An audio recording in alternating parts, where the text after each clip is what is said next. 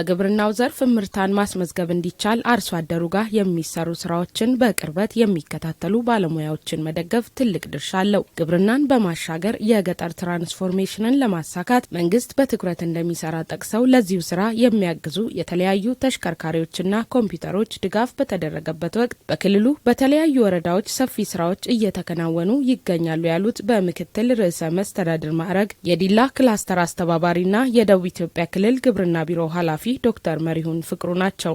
ዛሬ የሰጠናቸው በፕሮጀክት በኤፍኤስአርፒ ፕሮጀክት የመጡ መኪኖችንና በፓክት የመጡ ሞተሮችን፣ ላፕቶፖችን፣ ዴስክቶፖችን እንደዚሁ ለወረዳዎች ስንሰጥ የአቅም ግንባታ ስራ ነው ብለን ነው የምንወስደው። ሞስት ኢምፖርታንትሊ የገጠር ትራንስፎርሜሽን ስራዎቻችን ላይ ትልቅ ድጋፍ ማድረግ የሚችል ነው። አርሶ አደሩ ጋር መደገፍ የሚችል ሊደርሺፑ አርሶ አደሩ ጋር ቀረብ ብሎ መደገፍ ያለበት ባለሙያ እንደዚሁም በጣም ቀረብ ብሎ ያለምንም ገደብ መደገፍ እንዲችል የሚያስችል ነው ብለን ነው የምናስበው። እነዚህ መኪኖችም ሞተሮችም የሚሄዱበት አካባቢ ላይ ከፍተኛ የግብርና ትራንስፎርሜሽን ስራዎች ያሉባቸው አካባቢዎች ናቸው። የመስኖ ግንባታዎች ያሉባቸው አካባቢዎች ናቸው። ተገንብቶ ወደ ስራ የገቡ አሁን እየተገነቡ ያሉባቸው አካባቢዎች ናቸውና እነዚህን ውጤታማ ለማድረግ ግብርናን ትራንስፎርም ለማድረግ ትልቅ አቅም ይሆናል ብለን ነው የምናምነው። ከዚህም የተነሳ እንግዲህ አሁን ለሰባት ወረዳ 7 መኪና ተሰጥቷል። ለእያንዳንዱ አንዳንድ የተሰጠውም ለፕሮጀክት አካባቢዎች ብቻ ነው። ጌዲኦ ላይ 3 ወረዳዎች አሉን። ለሶስቱ ወረዳ ተሰጥቷል። ሞተር ሳይክልም አዲስ የሚመጣ አለ። እሱም ሲመጣ የሚሰጥ ነው የሚሆነው። በፓክት ፕሮጀክት ደግሞ ጋሞ ላይ 2 ወረዳዎች አሉን፣ ካምባና ደረማሎ። ወላይታ ላይም እንደዚሁ 2 ወረዳዎች አሉን።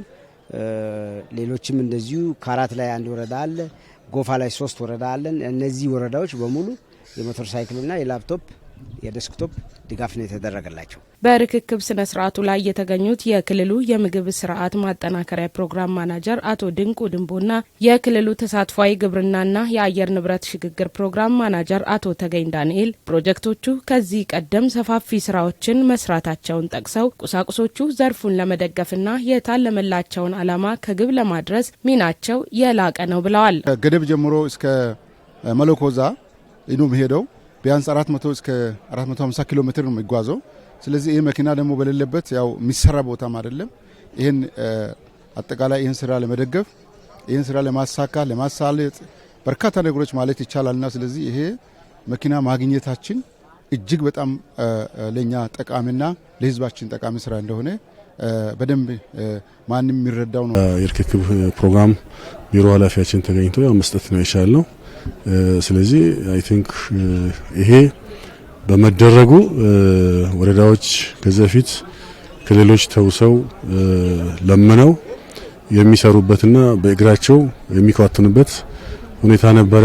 ስለዚህ አሁን አቀላጥፎ ስራዎቻቸውን መስራት እንዲችሉ ከመረጃ አንጻርም ከኛ ጋር ያላቸው የስራ ግንኙነት በጣም ቀልጣፋ ሊሆን እንደሚችልና ጊዜን ጉልበትም ሊቆጥቡ እንደሚችሉ ያው ታሳቢ እናደርጋልና የጋሞ ዞን ከምባ ወረዳ ግብርና ጽህፈት ቤት ኃላፊና የጌዲኦ ዞን ገደብ ወረዳ ግብርና ጽህፈት ቤት ኃላፊ የሆኑት አቶ ሴሎ ይመርና አቶ አብርሃም ደመቀ በበኩላቸው የተሰጣቸው የሞተር ሳይክል የኮምፒውተርና የመኪና ድጋፎች ስራዎቻቸውን በማሳለጥ ከዚህ ቀደም የነበረውን እንግልት የሚቀንስ መሆኑን ጠቅሰዋል።